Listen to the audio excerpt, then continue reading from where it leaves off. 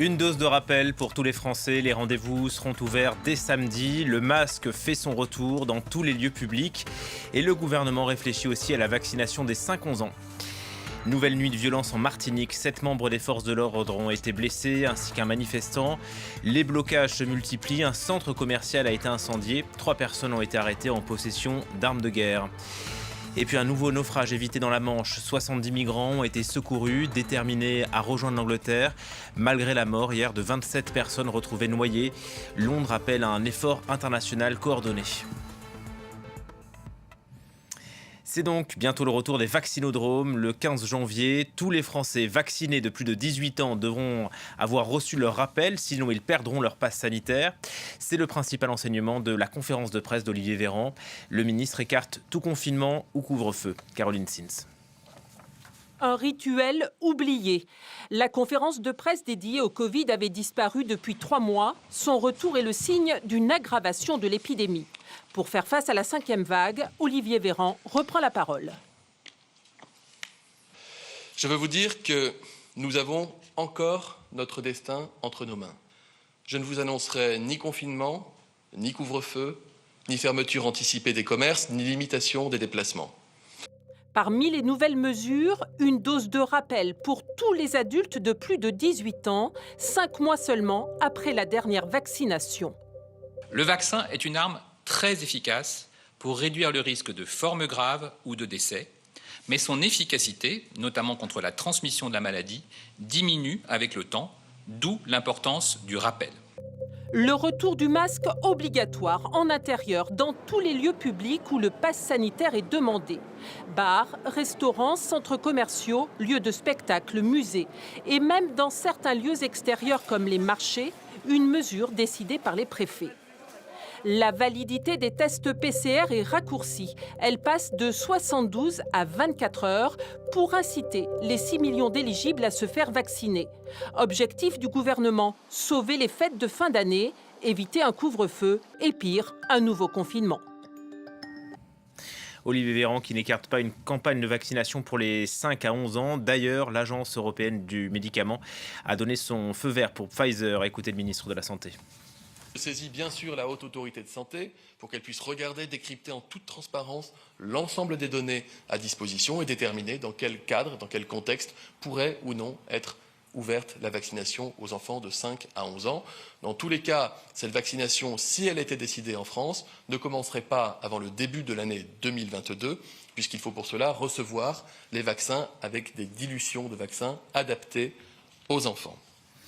Le coronavirus qui tend à repartir en Martinique, 210 nouveaux cas hier en 24 heures. Le pass sanitaire, l'obligation vaccinale pour les soignants sont rejetés par une partie de la population. Mais ce mouvement de contestation dégénère. Les barrages se multiplient sur l'île, sur les grands axes. Un supermarché a été incendié, sans parler des pillages. Des policiers et des gendarmes ont été légèrement blessés ces dernières heures. Reportage. Ce matin, les pompiers sont encore à pied d'œuvre pour éteindre les dernières flammes de l'incendie qui a ravagé en grande partie ce supermarché de la côte est de la Martinique. Un incendie qui aurait été provoqué par des casseurs. Plus tôt dans la nuit, ce centre commercial a été pillé. Une dizaine d'individus s'emparant d'articles dérobés dans l'un de ces magasins. Comment on fait pour passer là? Pour cette nouvelle journée de grève, malgré l'appel au calme, la tension est encore montée. De nombreux barrages ont été installés un peu partout, notamment dans le nord de l'île. Des poubelles en flammes, des barrières de fortune. D'autres bâtiments ont aussi été incendiés, comme ce marché de plein air. Plus tôt dans la journée, certains commerçants déjà visés la nuit précédente ne cachaient pas leur lassitude. Ils ont pris des cigarettes, de l'alcool, ils ont abîmé quelques matériels. Voilà. Là, on est en train de nettoyer, on a tout nettoyé et puis on essaie de ranger un peu. Depuis lundi, l'intersyndicale de la Martinique, comme celle de Guadeloupe, met la pression sur les autorités en multipliant les actions. Au cœur des revendications, l'opposition au pass vaccinal, mais aussi le coût de la vie dans les Antilles. Il faut bien comprendre que tant que les revendications n'auront pas en face d'elles des réponses adéquates de la part du ministère, du gouvernement, il y aura des mobilisations. Après cette nouvelle nuit de violence, une première rencontre avec les autorités doit avoir lieu ce matin à Fort-de-France. Un rendez-vous très attendu par tous les Martiniquais, inquiets pour l'avenir économique de l'île en pleine reprise épidémique. De nouveaux migrants ont tenté la traversée de la Manche la nuit dernière. 70 personnes secourues, sauvées, transit froid. Un nouveau drame a donc été évité. Hier, 27 exilés ont été retrouvés morts dans la Manche. Eux aussi tentaient de rejoindre l'Angleterre. C'est donc le choc à Calais où l'on retrouve notre envoyé spécial, Jonathan Walsh. Ils sont sous le choc, ceux à qui nous avons parlé, et ils savent pertinemment que le drame qui a eu lieu hier pourrait également leur arriver lors d'une future traversée de la Manche. Mais clairement, ils ne sont absolument pas dissuadés, découragés. Tous ceux à qui nous avons parlé, nous en avons rencontré beaucoup ce matin, nous ont dit la même chose. Vous avez d'ailleurs mentionné un groupe de 70 migrants qui a tenté une traversée la nuit dernière. Nous les avons vus, nous les avons filmés à la gare de Calais. Certains avaient encore leur gilet de sauvetage. Et puis un peu plus tard, nous nous sommes rendus sur un point de distribution géré par des associations humanitaires, de distribution d'eau, de nourriture, de boissons chaudes à des migrants. Là, nous avons échangé avec nombre d'entre eux et ils nous l'ont dit encore une fois qu'ils continueraient coûte que coûte, que c'était pour eux la dernière ligne droite et que rien ne les arrêterait. Je vous propose d'écouter l'un de ces migrants avec qui nous avons échangé, un jeune centrafricain de 16 ans à peine.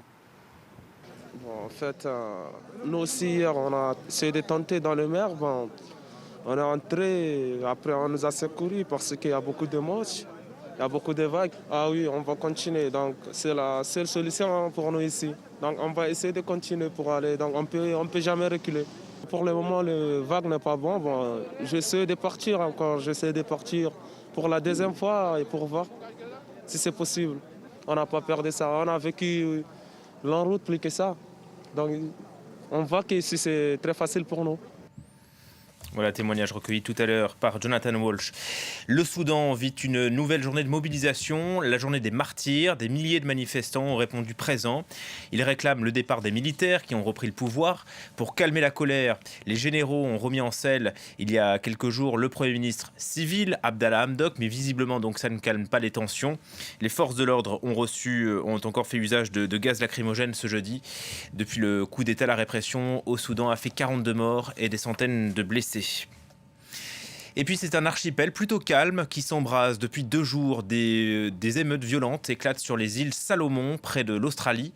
Des manifestants auraient même tenté de prendre d'assaut le Parlement. Ils réclament la démission du Premier ministre, car ce dernier a rompu avec Taïwan au profit de la Chine. Marc Pope. Dans le quartier chinois d'Honiara, les bâtiments brûlent toujours. Pour la 2e journée consécutive, les manifestants expriment leur colère, bravant le couvre-feu imposé la veille par les autorités pour contenir les violences. La police a installé des barrages routiers tout autour de la capitale des îles Salomon. Mercredi, tout a commencé devant le Parlement, les manifestants réclamant la démission du Premier ministre Manasseh Sogavare avant d'incendier un commissariat de police et de piller des commerces. Tous critiquent sa décision de transférer la reconnaissance diplomatique de Taïwan vers la Chine. Un rapprochement mal vu par une partie de la population, alors que les îles Salomon avaient choisi de reconnaître Taïwan en 1983 et que des liens étroits se sont tissés entre les 2 îles au fil des années. L'Australie voisine a annoncé le déploiement d'une force de maintien de la paix. Notre but est d'apporter la stabilité et la sécurité pour permettre au processus constitutionnel normal aux îles Salomon de régler les différents problèmes. Le gouvernement australien n'a pas l'intention d'intervenir de quelque manière que ce soit dans les affaires intérieures des îles Salomon. Ces violences rappellent les émeutes de 2006, lorsque des entreprises proches de Pékin avaient été accusées d'avoir truqué les élections législatives. L'Australie avait alors déjà envoyé un contingent sur place pour ramener le calme. Voilà pour l'essentiel, on se retrouve dans 20 minutes sur France 24, à tout à l'heure.